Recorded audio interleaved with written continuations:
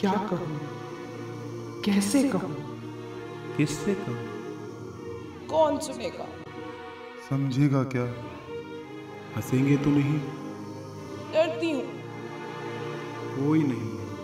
कुछ नहीं हो सकता। ये आवाजें हैं हमारी ही मन की, लेकिन हर समस्या का है समाधान। मन की बात। मन की बात।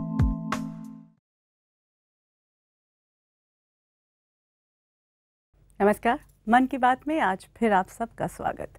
इन दिनों हम रिश्तों की बात कर रहे हैं। रिश्तों में आई दरारों में मन की बातों से भरने का एक प्रयास।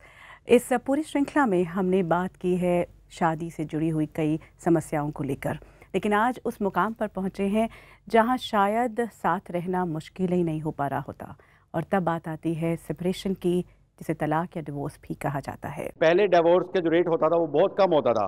क्यों? क्योंकि हम इंडियन मर्यादा को, भारतीय मर्यादा को साथ लेके चलते थे। बट आजकल जो है विदेशी कल्चर, विदेशी वेस्टर्न कल्चर हमारे ऊपर इतना हावी हुआ है कि हम लोग अपनी भारतीय मर्यादा को लांघ करके डिवोर्स जैसी जो स्थिति उत्पन्न होती है बीच में हस्बैंड और वाइफ के। मैरिज का 2-3 साल तो बहुत ही अच्छे होते हैं। उसके बाद धीरे धीरे जैसे जैसे रिस्पॉन्सिबिलिटी बढ़ने लगती है, वैसे वैसे कभी हस्बैंड अपनी रिस्पॉन्सिबिलिटी नहीं समझता, कभी वाइफ नहीं समझती, जिसकी वजह से दोनों में तनाव होते रहते हैं। हर एक का अहम इतना अधिक बढ़ गया है कि वो ये नहीं सोचता कि हमें थोड़ा गिव इन कर दें तो सब ठीक हो जाएगा। क्योंकि सबसे बड़ी बात यह है कि लाइफ के अंदर हर एक चीज़ अपनी नहीं चलती, कहीं ना कहीं दूसरे की बात माननी पड़ती है। शादी टूटने के कई कारण हैं। टॉलरेंस पावर बहुत कम हो गई है। जॉइंट फैमिलीज ख़त्म हो चुकी हैं। जॉइंट फैमिलीज थी तो बड़ों का डर होता था, थोड़े रेस्पेक्ट होती थी, आदमी एडजस्ट करता था, लेडीज़ भी एडजस्ट करती थी। आज मन का बोझ कैसे हल्का करेंगे, पूरे कार्यक्रम में आगे बढ़ते हैं। हर बार की तरह हमारे साथ हैं internationally renowned psychiatrist doctor Awadhesh Sharma ji, और आज हमारे साथ हैं एक ऐसी शख्सियत जो लगभग पिछले 50 सालों से लोगों के मनों की बात समझती आ रही हैं। हमारे साथ हैं क्लिनिकल साइकोलॉजिस्ट डॉक्टर विमला लाल। आप दोनों का बहुत बहुत स्वागत। नमस्कार। डिवोर्स एक बहुत कॉमन सी चीज़ लगने लग गई है। ऐसे लग रहा है कि जैसे बहुत जल्दी जल्दी हो रहा है। सचमुच ऐसा हुआ है, या एक बार फिर हम कहें कि मीडिया हाइप है, या डिवोर्स रेट्स बढ़ते गए हैं? समाज में ये परिवर्तन आया है? पहले कई बार जब लोग एक दूसरे के साथ नहीं भी चल पाते थे, लेकिन रिश्तों को घसीटते रहते थे, क्योंकि समाज में कई तरह के पहले इसके बारे में स्टिग्मास थे, कलंक थे।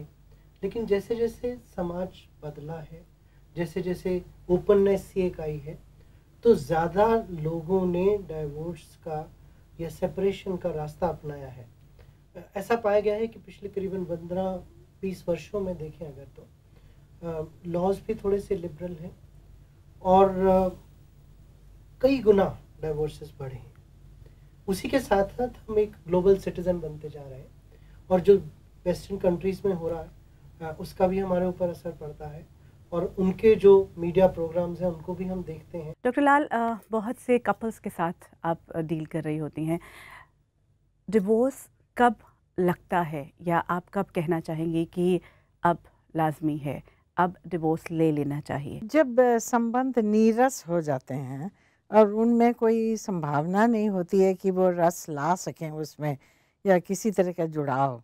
मेरे ख्याल से वो एक और भी चीज़ है, लोगों को शुरू में ही जब किसी के साथ संबंध जोड़ते हैं तो सोचते हैं कोई बात नहीं, हम चले जाते हैं साथ रहने, शादी कर लेते हैं, डिवोर्स हो जाएगा नहीं तो कोई बात नहीं। इस तरह से इतने हल्के फुल्के तौर से किसी के साथ संबंध जुड़ाना, उसको मैं सही नहीं मानती हूँ, और उसको बहुत बारीकी से देखना पड़ता है। तो हाउ इम्पोर्टेंट इट इज़ कि जब हम शादी में ही जा रहे हैं, ये कमिटमेंट के साथ लेकर चलें कि we have to make it work. कई बार जो फ्रिवलस कमिटमेंट, सहतही रूप से जो कमिटमेंट्स हैं वो सही नहीं है, कि मैरिज में गए, अगर कुछ दिन तक काम नहीं चला, लगा कि नहीं यहाँ पे कोई एडजस्टमेंट बहुत ज़्यादा करनी पड़ेगी, या मेरा जो एक व्यक्तिगत दृष्टिकोण है वो बदल जाएगा, या मैं और एडजस्ट नहीं करना चाहता हूँ, तो इसलिए डिवोर्स कर दिया। उसी के साथ साथ एक और चीज़ बहुत ज़रूरी है कि डिवोर्स एक बहुत देर तक सोचा समझा फैसला होना चाहिए, जिसमें सिर्फ आप ही नहीं लेकिन आसपास के वो लोग जिनको कि आप थोड़ा ट्रस्ट करते हैं, जो आपको सही सलाह दे सकते हैं, उनके साथ बातचीत करने के बाद ये फैसला लेना भी ज़रूरी हो जाता है। और उसी के साथ साथ एक और बहुत इम्पॉर्टेंट बात ये है कि ये सोचें कि क्या ये ऐसा फेज़ है जो कि थोड़े दिन के लिए आया है, या किसी आप एक ऐसे बुरे दौर से गुजर रहे हैं। ऑन द अदर हैंड, अगर कुछ चीज़ें हो रही हैं जैसे कि डोमेस्टिक वायलेंस हो रही है, या रिपीटेड पैटर्न्स ऑफ एब्यूज़ हो रहे हैं, या एक व्यक्ति दूसरे की महत्वाकांक्षाओं को या उसके व्यक्तित्व को दबाने की कोशिश कर रहा है, या दोनों लोग एज इंडिविजुअल्स ग्रो नहीं कर रहे हैं, मैरिज ग्रो नहीं कर रही है, या आपके झगड़ों का आपके बच्चों पे बहुत ही ख़राब असर हो रहा है, तब ज़रूर सोचना चाहिए कि ये शायद रिश्ता बहुत लंबा नहीं चल पाएगा, और फिर उसे पहले सही करने की ज़रूरत, और अगर सही ना हो पाए तो उसके बाद विच्छेद। During the process of divorce, अगर आपने डिसीजन ले ही लिया, कई बार एक ही डिसीजन लेता है, एक ही व्यक्ति डिसीजन ले रहा है दोनों में से, कई बार दोनों म्यूचुअली डिसाइड करते हैं, उन दोनों सिचुएशंस को कैसे हैंडल किया जाए? आपसी संबंध के लिए वो उन्होंने ये ज़रूर फैसला करना है और बहुत बारीकी में देखना है कि हम कितना अपनापन या कितना लाए हैं दूसरे के लिए, और हमने क्या गलतियां करी हैं, दूसरे की ही गलती नहीं है। लेकिन असली बात यह है कि जब कोई भी व्यक्ति ऐसे दौर से गुजर रहा होता है तो उस समय वो सोचता ही नहीं है कि उसमें कोई गलती है। The finger is always usually pointed outwards. And वो इतना वल्नरेबल और हर्ट सिचुएशन में है, क्योंकि वो हर्ट महसूस कर रहा होता है, क्योंकि उसे लगता है कि मैंने इतनी इन्वेस्टमेंट की है, इमोशंस की, बच्चों के अंदर, फाइनेंशियल भी कई बार, या इतनी सेक्रीफाइसेस की हैं, तो वो सब चीज़ें याद आती हैं और इसीलिए आगे बढ़ना मुश्किल हो जाता है। और वो जो हर्ट है, वो जो पेन है, वो व्यक्ति को एज एन ऑब्जर्वर अपनी सिचुएशन को जो मैरिज में है उसको सही रूप से देखने नहीं देती। तो इसलिए ये जो ब्लेम गेम्स हैं, वो कंट्रोल ड्रामाज हैं, जबकि आप दूसरे को नीचा दिखाना चाहते हैं, you want to get through to him, चाहे और लोगों के थ्रू या रिलेटिव्स के थ्रू या फ्रेंड्स के थ्रू, या कई बार बच्चों को उसमें एक मोहरा बना लिया जाता है। तो वो सब से हटकर एक कदम पीछे लेकर अगर आप देखें कि इसमें आपकी क्या गलती है, दूसरे की क्या गलती है, और शायद इस समय आप दोनों की रिलेशनशिप मैच नहीं हो पा रही, लेकिन पहले अगर बहुत अच्छी थी, तो उसको हम फिर से वापस कैसे ला सकें, अगर उस रूप में देखेंगे तो ना तो सिर्फ उस समय के हर्ट से बचेंगे, आपका जो विच्छेद का प्रोसेस है, जो सेपरेशन है, वो भी स्मूथ होगा। उसी के साथ साथ जो बच्चे हैं उनके ऊपर भी उसका कम असर होगा। हम एक विक्टिम के पास पहुँचे, एक ऐसी पर्सनालिटी ने जिन्होंने हमारे साथ शेयर किया और हमें बताया कि डिवोर्स के प्रोसेस के बाद वो अब किससे गुजर रही हैं। तो आइए साथ मिलकर देखते हैं कि उनके जीवन में क्या हुआ। मेरे हस्बैंड ने दूसरी शादी कर ली है और मुझे डिवोर्स दे दिया। डिवोर्स के बाद इतनी सारी चीज़ें बदल जाती हैं, ये आज फेस कर रही हूँ। मेरे बच्चे हैं, मेरा परिवार है, आज उन्हें टाइम ही नहीं दे पा रही। उनके साथ बैठना, हंसना, खेलना सब भूल गई। जब तक घर आती हूँ तब तक वो सो जाते हैं और मुझसे शिकायत करते हैं फ़ोन पर कि मम्मा आप पहले जैसी मम्मा नहीं रही, डैड भी नहीं है। कहाँ से कमी पूरी करूँ मैं, एक माँ की, एक बाप की। आते हैं वो कभी घर पर,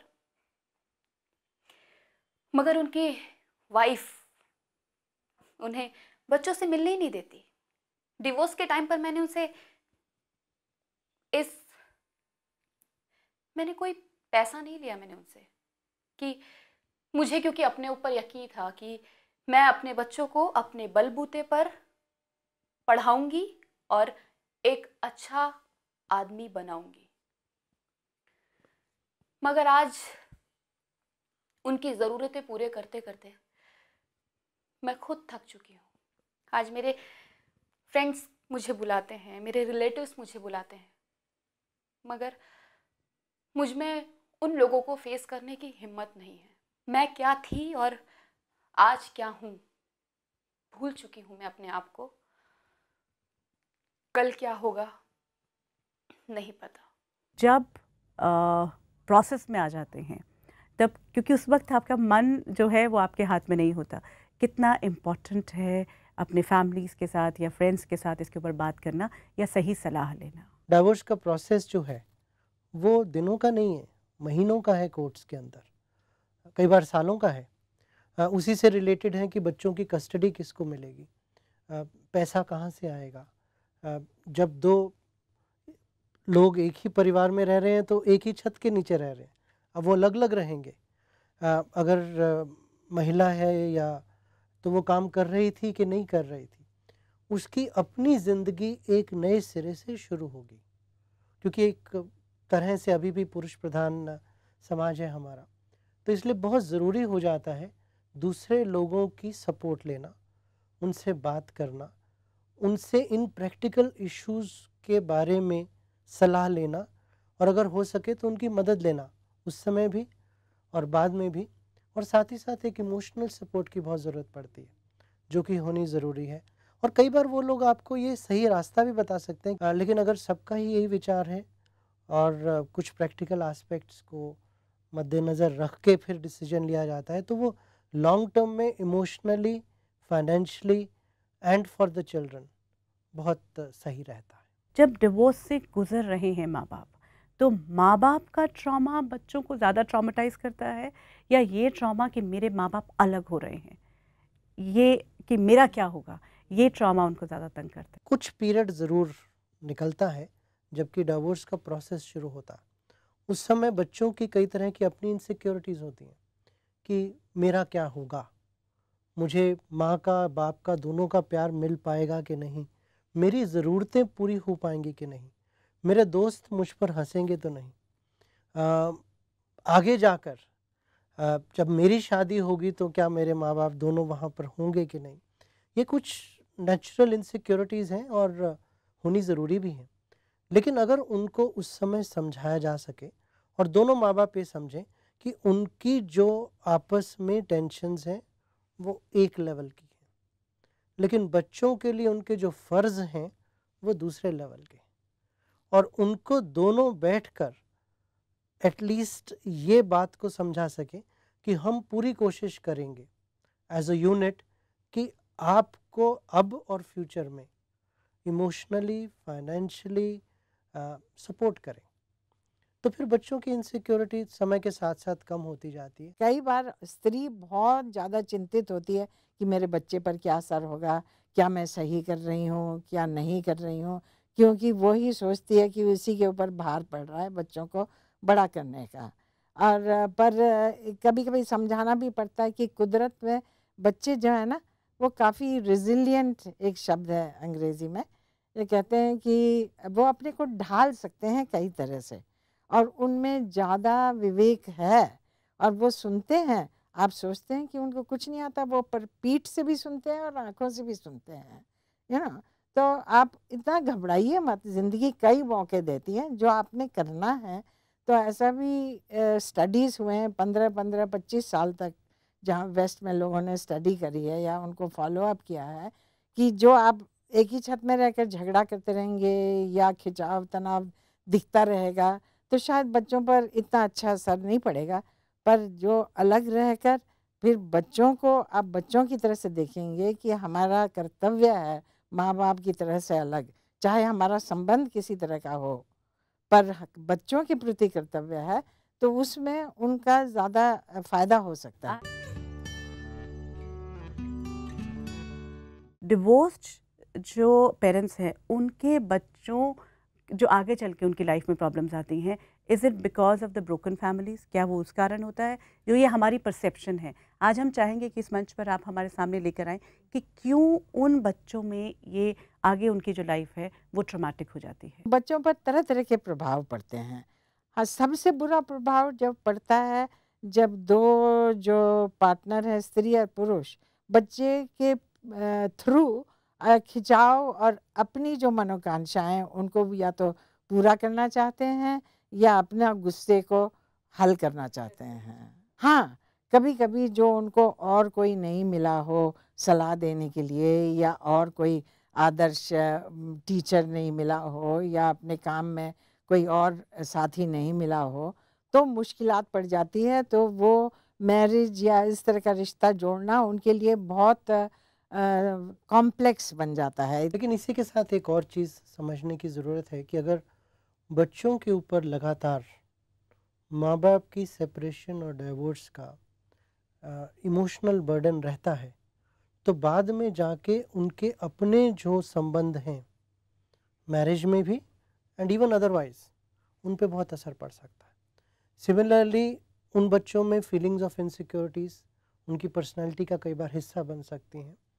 और ये भी देखा गया है कि ब्रोकन फैमिलीज से जो बच्चे होते हैं उनमें कई बार कुछ तरह की इश्यूज़ जैसे कि अल्कोहल या ड्रग अब्यूज़ या कई बार लॉलेसनेस, ये थोड़ी सी ज़्यादा पाई गई हैं then rest of the families. लेकिन अगर बच्चा अच्छी तरह से उस चीज़ को इंटीग्रेट कर पाया है अपने में, तो कोई कारण नहीं है कि वो दूसरों से भिन्न हो उन फैमिलीज़ में जिनके कि दोनों पेरेंट्स हैं और डाइवोर्स नहीं हुआ। एक और बात हमने ये जो इनकी बात भी सुनी थी, इम्पल्सिव डिसीजन था। जैसे इन्होंने कहा कि उस वक्त तो इन्होंने सोचा ही नहीं, ना जॉब कर रही थी, कि लीगल इश्यूज़ क्या होते हैं और पैसा जो है वो एक बहुत इम्पॉर्टेंट एस्पेक्ट हो जाता है। देखिए, जो एलिमनी है, प्रॉपर्टीज़ कैसे डिवाइड होंगी, बच्चों की मेंटेनेंस कितनी और कौन देगा, इसके ऊपर तो लॉज हैं। और कई बार उन्हीं लीगल एंगल्स को लेके डाइवोर्सेस सालों साल तक खिंचते रहते हैं। एक व्यक्ति ज़्यादा चाहता है, दूसरा देना नहीं चाहता है, और उससे उनकी जो इमोशंस हैं उन पे बहुत ज़्यादा असर पड़ सकता है। उसमें बेसिक प्रिंसिपल ये होना चाहिए कि चाहे और किसी तरह से रिलेशनशिप रही हो, किसी कारण से भी ख़राब हुई हो, लेकिन आपने एक फ़ैसला किया था ज़िंदगी का, साथ रहने का, और अगर आपने बच्चे पैदा किए तो उन सब की जो मेंटेनेंस है वो एक साझा डिसीजन होना चाहिए। और उन सब को बैठ के, उन सब मुद्दों को बैठ के एक आसानी से अगर डिस्कस कर सकें, कम्युनिकेट कर सकें, तो कई बार जो इमोशनल प्रॉब्लम्स हैं वो भी कम हो जाती हैं। सोच समझ के दूसरों से जितना पॉसिबल हो लीगल एंगल्स को देख के, किसी से डिस्कस करके, इम्पल्सिव डिसीजंस या डिसीजंस अंडर प्रेशर्स, या किसी ने कहा कि साहब अच्छा इस मैरिज से निकलो, फटाफट दूसरे में चले जाओ, आपने सोचा ही नहीं कि फ्यूचर क्या होगा, वो हमेशा गलत रहता है और वो आम तौर पे रिग्रेट करते हैं लोग। एक और बात हमारी जो बातचीत से निकल कर आई है वो है बिटरनेस। हम कह रहे हैं कि डिवोर्सेस बहुत लंबा खींचते हैं, लेकिन डिवोर्स के बाद की जो बिटरनेस है, जो एक कसैलापन है, ये कितना लंबा चलता है, इसको ख़त्म कैसे करें? इसको ख़त्म तो जो इंसान है, जैसे यहाँ पर आपने एक स्त्री को दिखाया, तो उसको कुछ थोड़ी सी मदद लेनी पड़ेगी किसी से, अपने साथ समझौता करने के लिए ना, क्योंकि अभी तो ये सारी समस्याएं बाहर ही दिख रही हैं यार। वो अब जिसके साथ शादी हुई है उन्हीं को जिम्मेवार ठहरा रही हैं सारी बिटरनेस के लिए, या सारी कामयाबी न होने के लिए, या उनको इस पोजीशन में डालने के लिए। तो वो तो कभी आप देखेंगे किसी भी समस्या में नहीं होती है। हमको हमेशा अपने अंदर झांकना पड़ता है। एक तरफ तो नहीं, वातावरण ही तो नहीं रिस्पॉन्सिबल है ना, हम भी तो उसमें कुछ, हमने तो कुछ गुड़ दिया होगा तभी तो उसका ये हल हुआ। तो उस तो को जब तक वो नहीं समझेंगी या उसको किसी तरह से मदद नहीं मिलेंगी, तो वो इस भावनाओं को खींचती जाएंगी और उनकी पूरी जो पोटेंशियल है वो सामने नहीं आ पाएगी। इनके माँ बाप भी शायद इनको इतना सपोर्ट नहीं दे रहे हों, या सोच रहे हों कि बेटी बोझ पड़कर हम आ गई है, हमको इसको भी संभालना है। ऐसी भी समस्याएं होती हैं, तो सबको देखना पड़ता है। पिक्चर जो है वो बड़ी होती है इसमें, तो शायद वो ज़्यादा अकेली पड़ गई हों इस वजह से, और ये आवेश को उन्होंने समझना ही पड़ेगा किसी तरह से मदद। कभी प्रोफेशनल की मदद देख लेते हैं, कभी अपनी सहेलियाँ या कोई और समाज का कोई ग्रुप हो तो उसमें देख लेते हैं। Doctor Vimla Lal and doctor Awadhesh Sharma, thank you so much, आप दोनों आज हमारे साथ थे। सचमुच इसको इसी नज़रिए से देखें कि जीवन में चलते चलते हो सकता है कि कहीं एक ऐसा मोड़ आए जहां आपको आगे बढ़ना हो और कोई एक दूसरी तरफ चला जाए। अगर हम डिवोर्स को इसी तरह से लेंगे तो ही ज़िंदगी आगे बढ़ पाएगी। ड्यूरिंग द डिवोर्स अगर ट्रॉमा हो भी रहा है उसे भी स्वीकार करना है, लेकिन जैसे आज पूरी बातचीत में नज़र आया कि बच्चों को मोहरा ना बनाएं। कुछ ऐसी बातें हैं अपने जीवन में जिन्हें शामिल करें। आपके मन में कोई बात, कोई परेशानी चल रही है, आपका स्वागत, आप हमारे साथ जुड़ सकते हैं। हमारा वेबसाइट एड्रेस है www.mankibaat.com और हमारा ईमेल आईडी है contactus@mankibaat.com। आज की मन की बातों का सार: आपसी मतभेद अस्थायी हो सकते हैं। तलाक जैसा महत्वपूर्ण निर्णय आवेश या जल्दबाजी में ना लें। मतभेद के कारणों का आंकलन करें और उसमें अपनी भूमिका को भी स्वीकारें। भरोसेमंद लोगों से भावनात्मक और आर्थिक मदद लेने में ना हिचकिचाएं। तलाक के बाद भी बच्चों की परवरिश दोनों की साझी जिम्मेदारी है। पुराने कारणों का निवारण किए बिना नए रिश्ते ना बनाएं। गलत निर्णय कोई भी ले सकता है, खुद को दोषी ना माने। एक टूटे रिश्ते को अपने जीवन का प्रतिबिंब ना बनने दें। पहचाने कि आपके रिश्ते में क्या कमी रह गई। अपने अतीत को पीछे छोड़कर नई शुरुआत करें। Evaluate what went wrong in the marriage. Put the past behind and move on to a fresh start. अभी आपसे विदा लेते हैं। नमस्कार।